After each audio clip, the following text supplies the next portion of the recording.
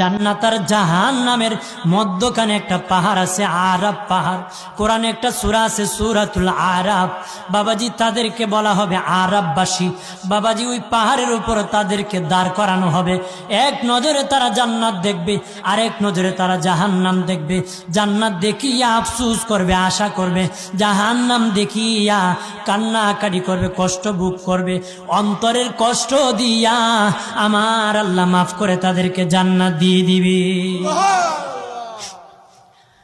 নবী বলেন, আয়েশারে 2 নম্বর পরিচয়, আমার উম্মতের আমল নামা ডান হাতে হবে। যাদের আমল নামা ডান হাতে হবে রে আয়েশা, 3 নম্বর পরিচয় তারা আমার উম্মত। 3 নম্বর পরিচয়, আমার উম্মতের মধ্যে অনেক শিশু বাচ্চারা ইন্তিকাল হয়েছে, ছোট্ট ছোট্ট বাচ্চারা ইন্তিকাল হয়েছে, তারা মরে গিয়েছে। হাসরের যেদিন কায়েম হবে সেদিনই জান্নাতি শিশু বাচ্চারা আমার উম্মতের সামনে দৌড়াদৌড়ি করবে, খেলাধুলা করবে। যাদের সামনে শিশু বাচ্চা দৌড়াদৌড়ি করবে তারা রাসূলুল্লাহ, আমি রাসূলুল্লাহর উম্মত তারা।